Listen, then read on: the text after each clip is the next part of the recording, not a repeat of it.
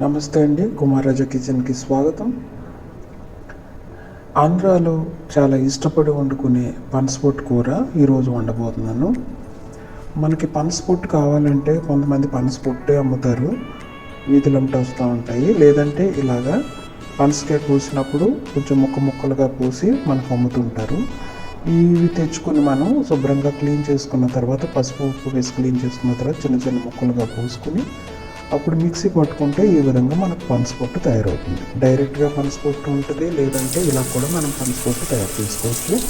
ఇది బాగా వాష్ చేయాలండి. నీటిలో బాగా వాష్ చేసిన తర్వాత కొంచెం ఉప్పు పసుపు వేసి కొద్దిసేపు నానబెట్టిన తర్వాత అది మళ్ళీ తిరిగి వాష్ చేసేసి ఇప్పుడు కుక్కర్లో వేసుకొని ఒక 2 విజిల్స్ వచ్చే వరకు మనం దీన్ని ఉడికించుకోవాలన్నమాట. సో ఎక్కువగా ఈ పనసపొట్టు కొంచెం చేదుగా ఉంటుంది. సో మనం ఇలాగ ఉడికించుకుంటే త్వరగా ఉడికిపోతుంది. ఇప్పుడు మనం పప్పులు వేసుకుందాం.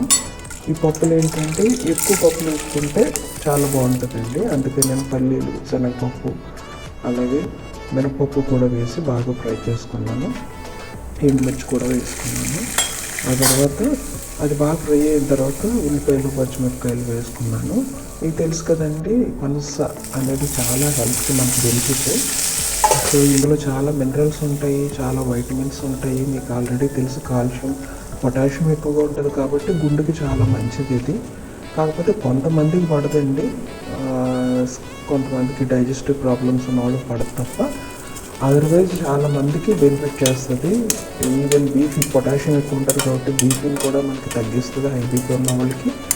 అలాగే ఇది స్లోగా డైజెస్ట్ అవుతుంది కాబట్టి డయాబెటీస్ పర్సన్స్ కూడా స్లోగా డైజెస్ట్ అవ్వడం వల్ల ఇది షుగర్స్ ఎక్కువగా రైజ్ అన్నమాట.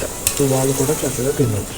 మనం చింతపండు పులుసే చేసుకున్నాం. బాగా ఫ్రై అయిన తర్వాత జాక్ ఫ్రూట్ కొంచెం చేదుగా ఉంటుంది కాబట్టి మనం చింతపండు ఎంత వేయాలో అంత తగ్గట్టు వేసుకుంటే సరిపోతుంది.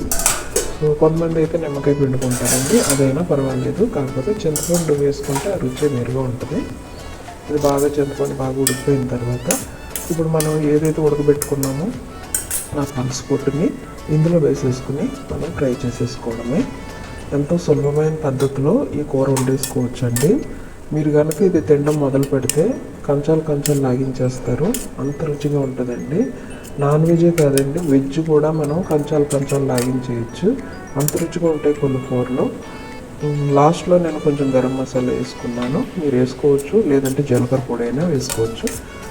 తర్వాత కొద్దిగా ఫ్రై చేసేసుకున్న తర్వాత మనం కొత్తిమీర జల్లు వేసుకుని సర్వ్ చేసుకోవడమే. సో ఎంతో రుచిగా ఉండే పనసపొట్టు ఫ్రై 10 నిమిషాల్లో మీకు తయారైపోతుంది. ఎంతో ఈజీ అండి. కాబట్టి ఈ వేసవకాలంలో కాన్స్టిపేషన్ కూడా తగ్గిస్తుందండి ఇది.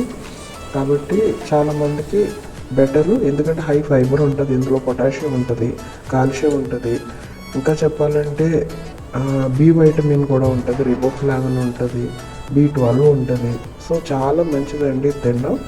సో ఒక్కసారైనా మీరు ఈ వేసవికాలంలో ట్రై చేయాల్సిన కూర ఏంటంటే పనసపొట్టు కూర.